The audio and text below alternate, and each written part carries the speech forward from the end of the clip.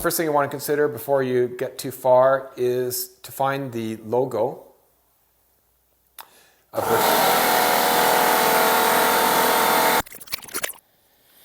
Obviously I want to make sure you always want to...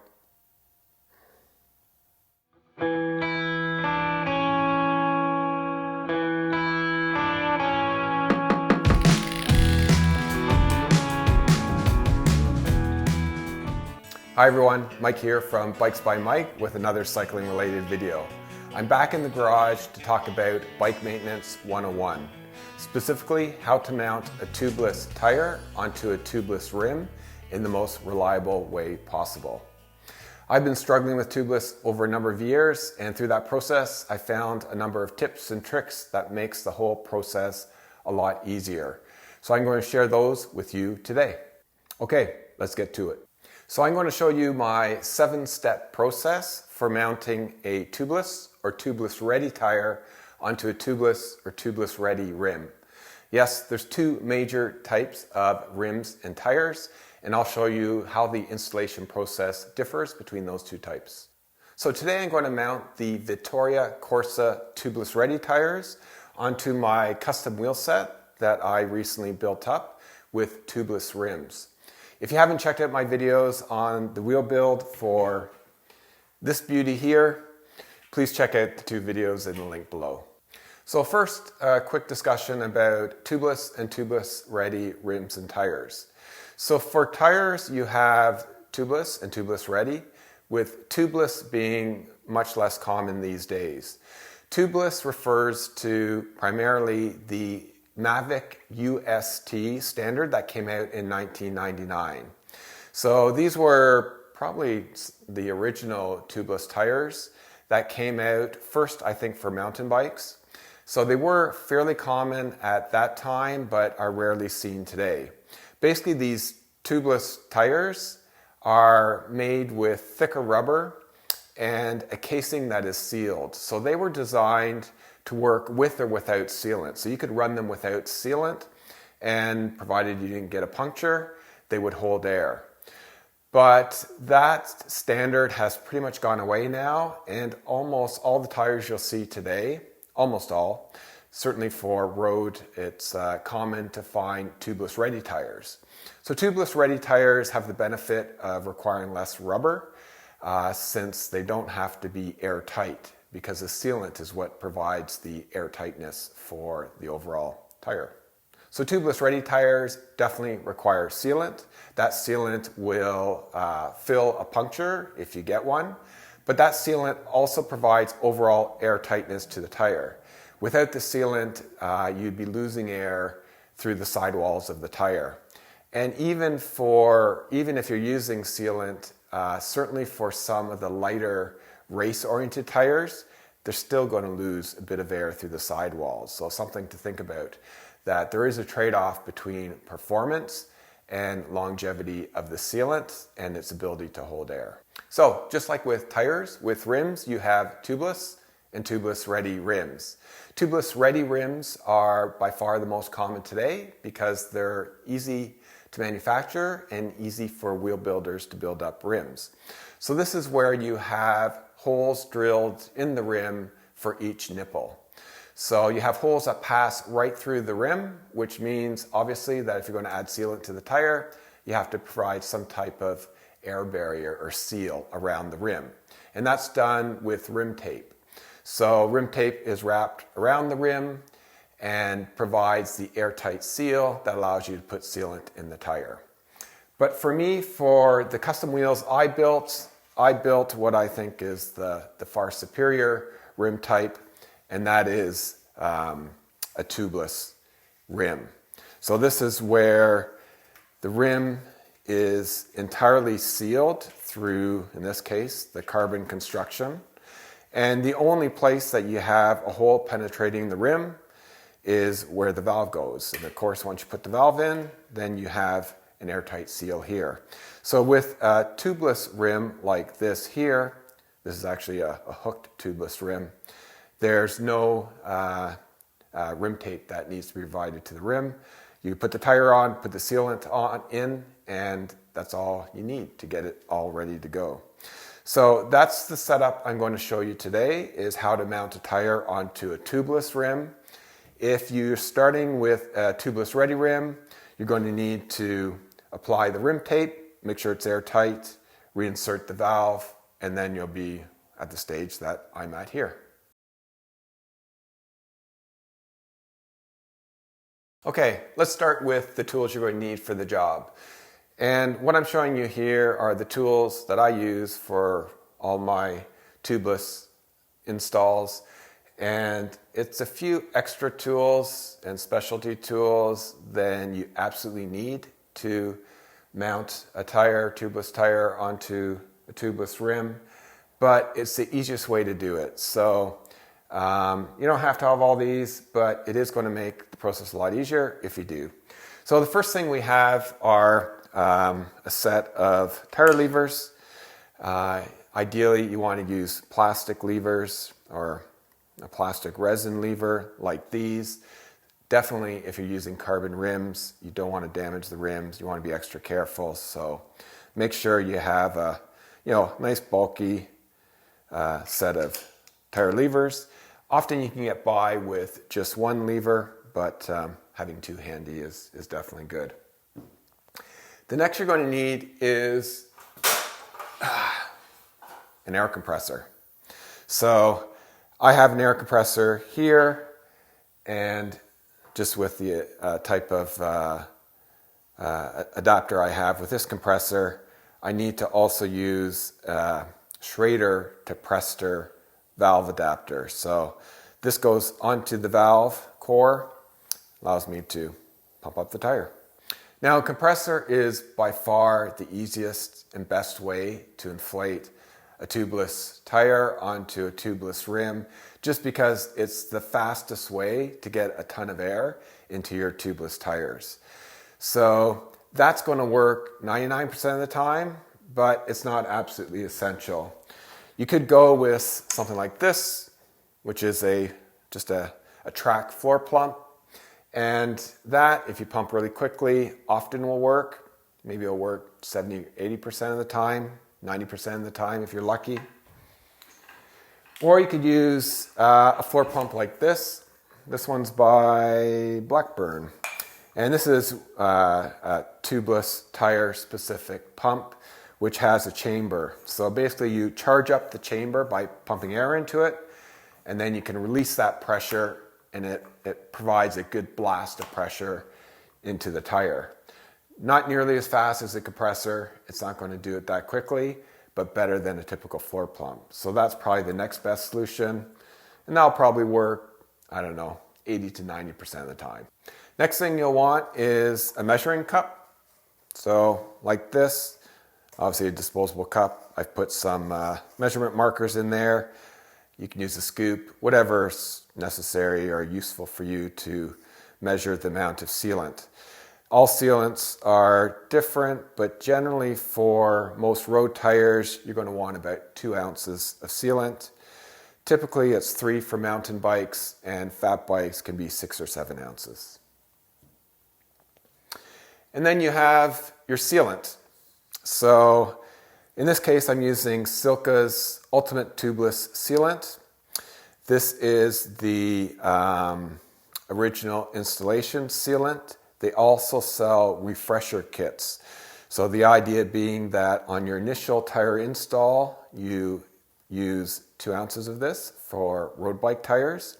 And then when it starts to dry up, whenever, 5, 6, 7, 8 months, you add some refresher, which is less expensive than the original sealant and doesn't have the particles, the carbon fiber particles that this has in. So it's a way to just extend the life of your original sealant install.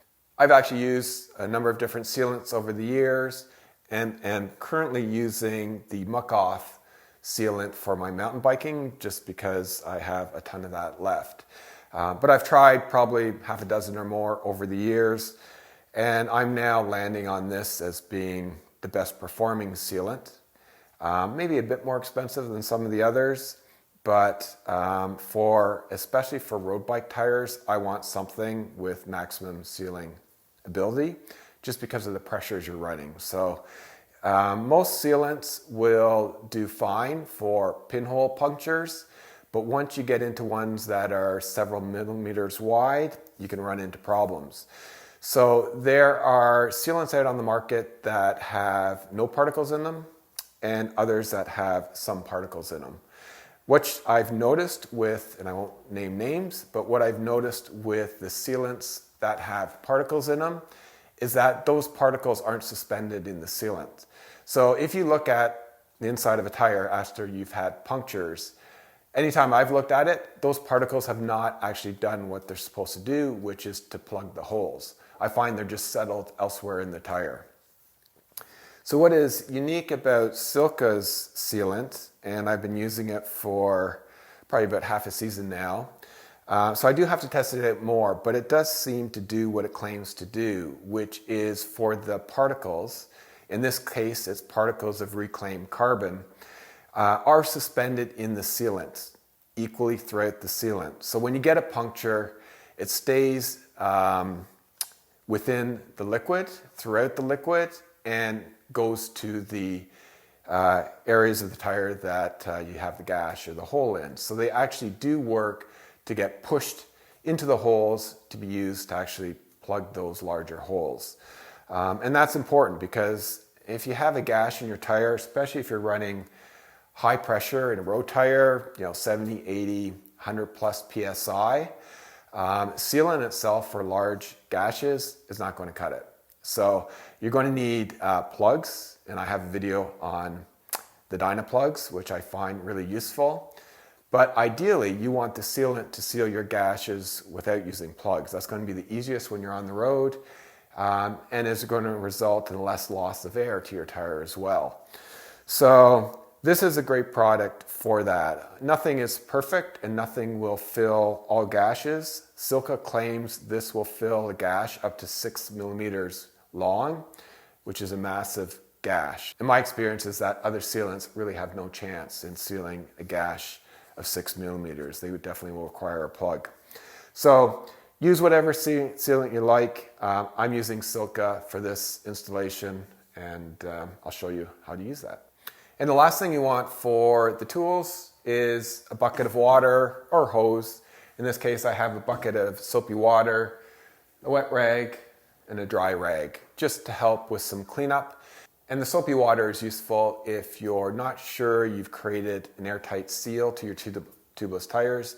You can spread a bit of soapy water around the tire, and if there's any leakage, you'll see it bubbling up.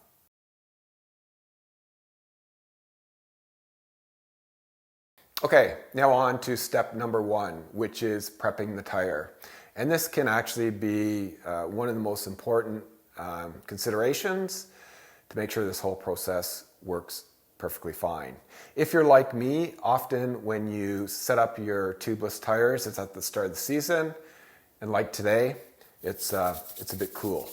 So that makes the whole process a lot more difficult because the tire rubber is going to be harder and isn't going to form as much to its natural round shape as when in milder weather. So what you want to do initially is to take your tires out of the boxes, if they're in the boxes, open them up and then let them relax to their natural state. And put those in a warm room, or certainly a room that's at least at room temperature, so the rubber can be kind of a bit compliant, and will give it a better chance to fit to the actual hook of the rim.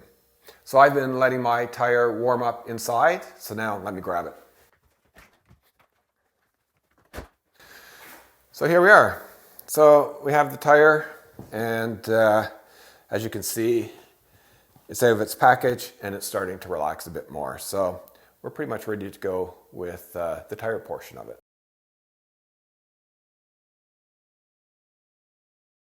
Step number 2 is to prep the rim.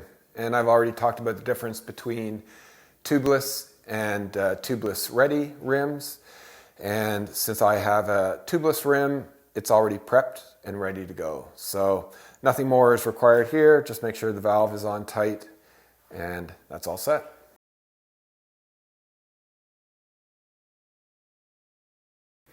So step 3 is to now mount the tire onto the rim. Now, it depends on the tire you're using. Some tires are directional and others are not. A lot, actually probably most mountain bike tires, some gravel tires are directional. Road bike tires may or may not be directional. Often they are not. And in this case, with the Vittoria Corsa Tubeless Ready tire, it is not directional. So it doesn't matter which side of the tire I use. But what does matter is where you mount it on the rim. And this isn't critical, not absolutely required, but if you want your installation to look pro, you want your branding label to be centered over the valve.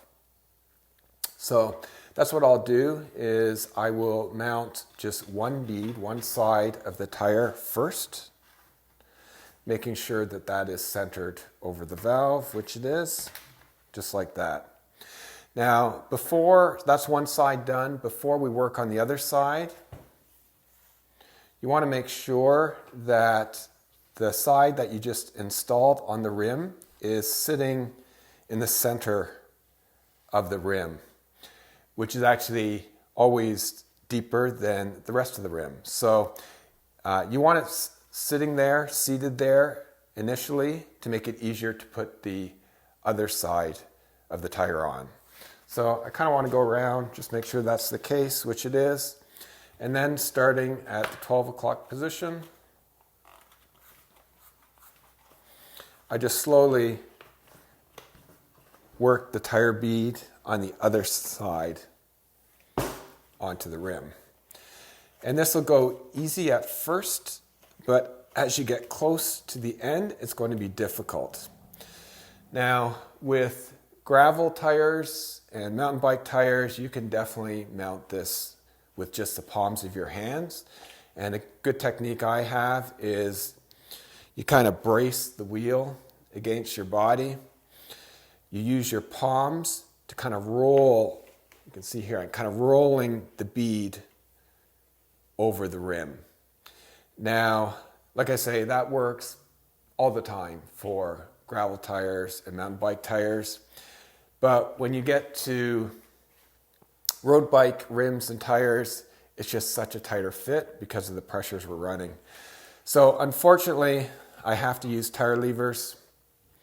So I'll grab my tire lever, work it under the rim. And there we go. Just push that onto the rim. And now we've mounted the tire fully onto the rim.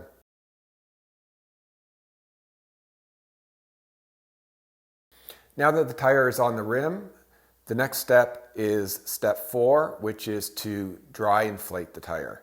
Now, we don't have to do this step. You could go straight to adding sealant to the tire and then inflating it. But I don't advise you do that, especially if you're trying to do this without a compressor, with just a floor pump or a tubeless tire pump, a manual tubeless tire pump. Because if it doesn't inflate, you're going to have the issue that there's going to be sealant kind of getting everywhere, so it becomes a messy exercise. So by dry inflating it, we know that the tire is going to inflate and hold air, so that when we put the sealant in, we know we're not going to have any issues. So that's what we're going to do. So I'm going to give this a shot, put my Schrader to Presta adapter on, grab my compressor, and see if it'll inflate.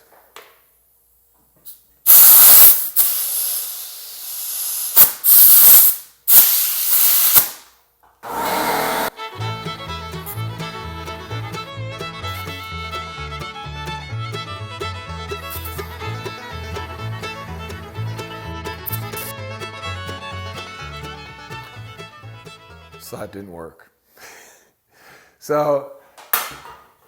That didn't work.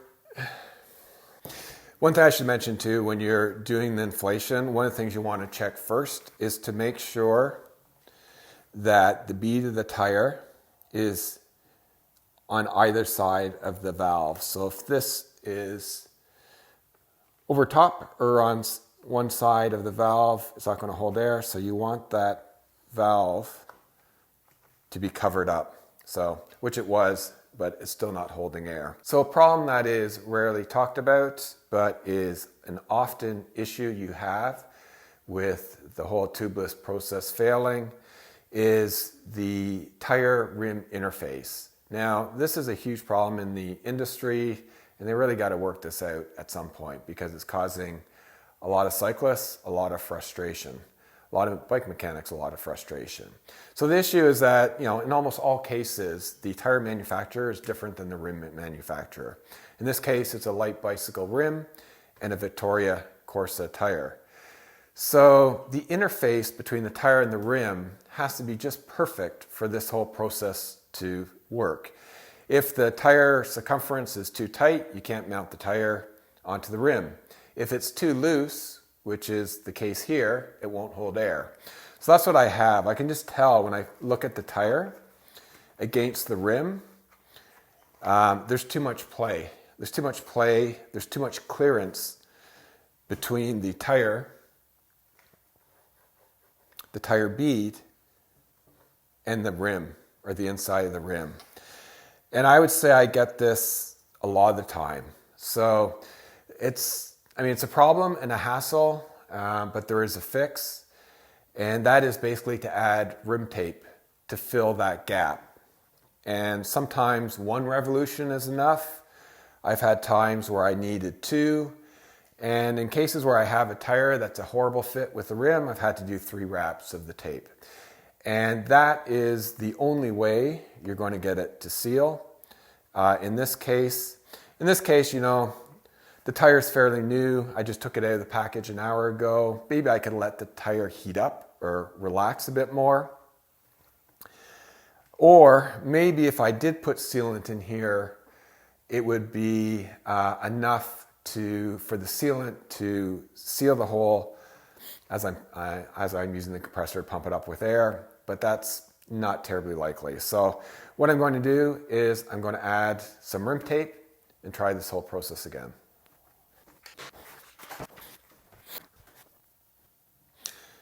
A bit on rim tape. There's a lot of different rim tape out there. Many people will tell you that they're all the same. Use whatever you can get your hands on. My experience is that is not the case. So it's actually hard to find a good rim tape that's going to go onto the rim and be able to seal it really tight. You want a rim tape that has some elasticity to it, so it's going to shape to the inside of the rim, but you also want something that's going to stick really well. So I bought this myself. It's Schwabe's rim tape. It's very good. DT Swiss I find is pretty good, but most of the ones I've tried are not that great. So experiment and see what works best for you. The other important thing is to make sure that your tape, rim tape, is the right width for your rim. You want it to cover the bed of the rim, but you don't want it to interfere with the hooks. So this is 23 mil tape, which I'm a bit worried because ideally I want 21 mil tape for this rim, but we'll see if it works.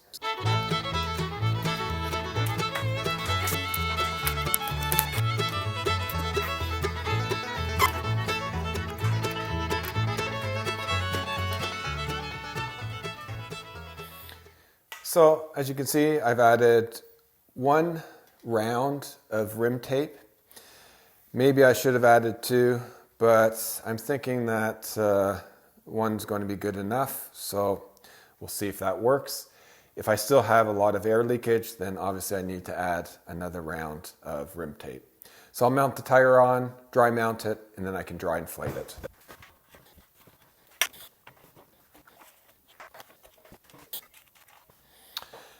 All right, so I'm back to where I was before. I've added the rim tape. I can tell now that the tire is a slightly tighter fit against the rim. So I'm optimistic that this will work just with 1 round. So let's see.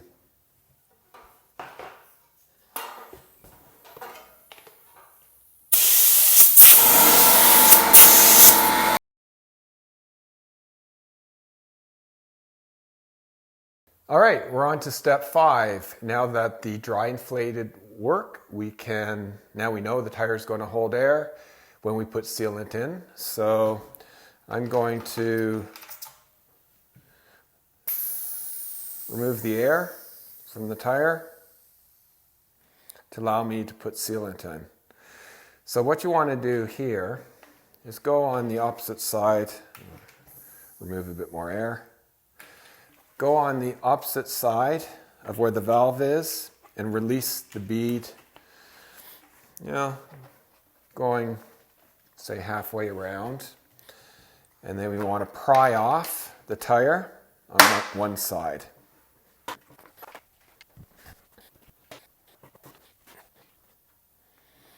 So you can see here that I've pried the tire off the rim on one side. Now, there's different ways to do this, to add sealant to the tire, and part of it is based on the type of process you want to follow, and part of it is based on the sealant. So with this sealant, the Silca Ultimate Tubeless sealant, which has carbon fiber particles suspended in the liquid, you cannot put it through the valve. It'll immediately clog it up. And that's the case with Stan's has a sealant with some fiberglass particles in it, I think. So you have to check with check the sealant type you're using to see whether or not it's even possible to add it through the valve. I just prefer to add it this way, not through the valve, mainly because it then can kind of clutter up the valve. It is an easier process to do because you use a tubeless tire sealant syringe to put it through the valve.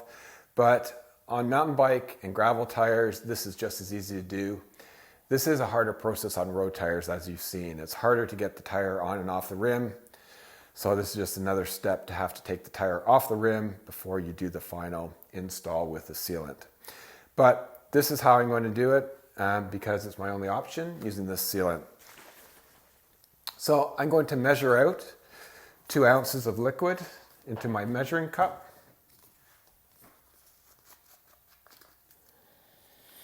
Obviously, I want to make sure you always want to. So I've measured 2 ounces of sealant. And now I want to pour it into the bottom of the tire.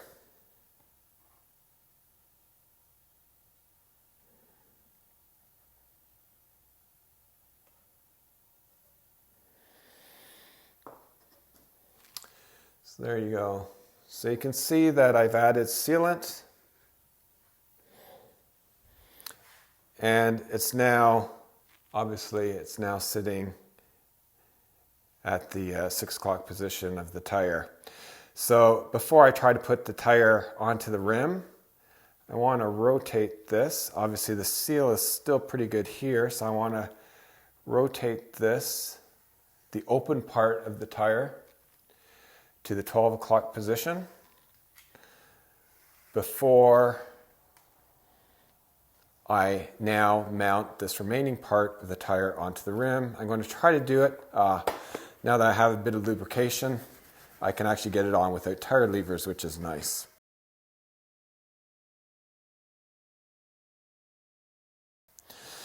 I don't want to waste too much time here, so I'm going to re-inflate the tire and get this all sealed up before I get any leakage.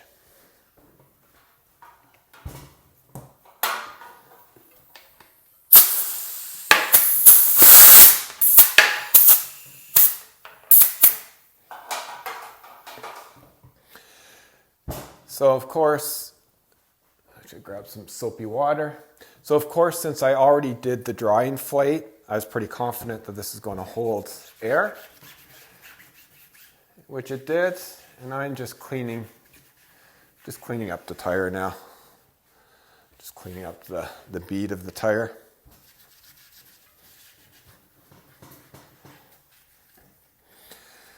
You don't want to waste too much time getting the sealant off your tire and rim because the sealant, once it dries, it's really hard to get off. So you want to do a nice cleanup as soon as you can.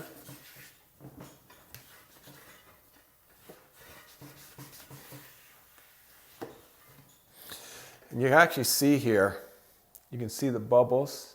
I think you can see the bubbles. So it's not airtight yet, but we're not going to worry too much about that yet. The key is I want the tire cleaned before I go on to the next step. Okay. So what I'm going to do is I'm going to add a bit more air to the tire.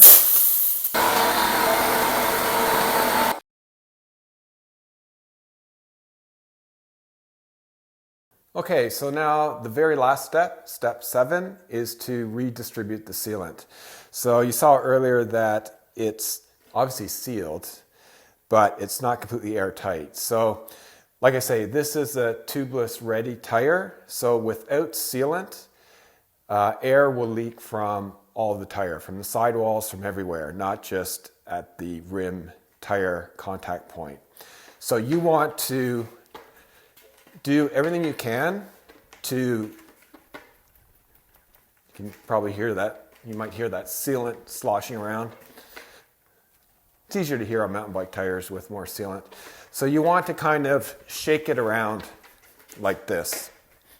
And the goal here is to get the sealant as evenly distributed inside the tire.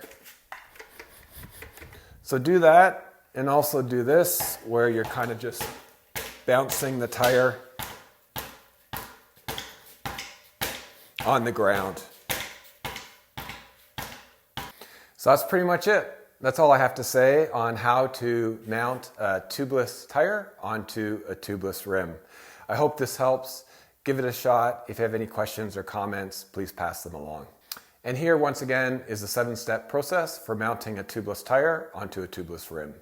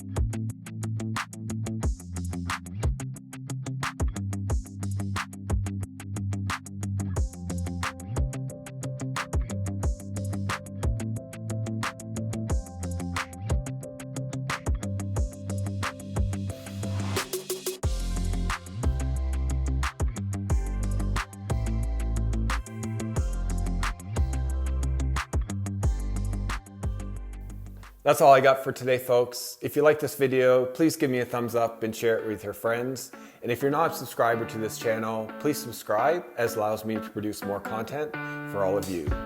See you next time. Happy rolling.